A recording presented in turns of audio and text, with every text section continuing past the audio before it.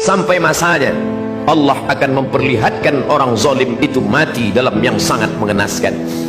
Al-yauma, hari ini, nunajjika, kami selamatkan engkau bibadanika, dengan badanmu tidak mati dimakan cacing tanah.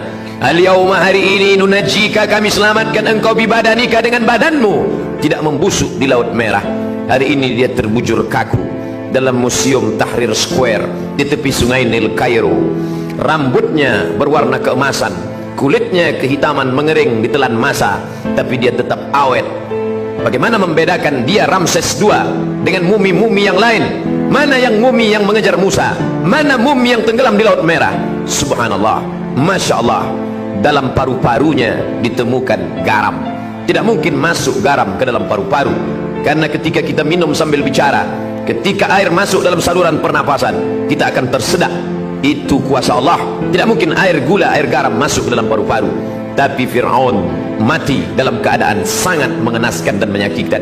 Falamma adrakahu al-gharaqu, ketika dia tenggelam di Laut Merah, air itu masuk ke lubang hidungnya, masuk ke telinganya, dan yang paling menyakitkan, masuk ke saluran pernapasannya. Dia tak bisa tersedak di dalam Laut Merah. Akhirnya garam itu masuk ke paru-parunya. Ketika dibuka oleh para pakar, inilah dia orang yang mati di Laut Merah. Allah tunjukkan signal, ada tanda-tanda bergaram paru-parunya, paru-paru yang tidak bisa dimasuki air apapun karena kuasa Allah. Tapi musuh yang satu ini disakitkan dengan sakit yang luar biasa. Mati itu adalah sakit, sampai-sampai dikatakan seperti tebasan pedang di tempat yang sama beratus kali, sampai-sampai dikatakan seperti kambing yang dikuliti hidup-hidup. Tapi yang menyakitkan di atas sakit dialami oleh Fir'aun, maka dia merasakan kematian itu.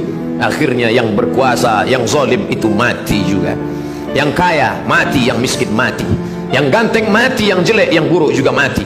Yang pernah berkuasa sehebat Fir'aun, hari ini tegak kekuasaannya dalam bentuk piramid, satu di antara 7 keajaiban dunia. Sampai saat ini tak terpecahkan bagaimana menyusun batu-batu besar yang beratnya mencapai 2 ton, tapi bisa dibangun dengan simetris. Ada 3 lubang makam di dalam. Bahkan ada yang ketika saat tertentu masuk cahaya matahari, ruang yang gelap dalam piramid terang benderang. Sungguh mereka pernah hidup dalam masa kejayaan. Tiang-tiangnya yang besar, mereka tidak membuat cor, mereka tidak membuat tiang dari semen, tapi bukit yang mereka pahat. Wa tanhituna minal jibali buyuta, ada di antara mereka yang sanggup memahat bukit menjadi rumah. Prancis tertarik melihat tiang yang besar itu. Mereka bawa kapal membawa tiang besar dari Mesir menuju Paris, Prancis. Sampai hari ini mereka tegakkan di tengah kota Paris. Apa maknanya? Generasi belakangan tertarik dengan peninggalan-peninggalan Fir'aun, tapi itu semua hanya sebagai saksi sejarah bahwa orang yang zalim berkuasa itu pada akhirnya mati.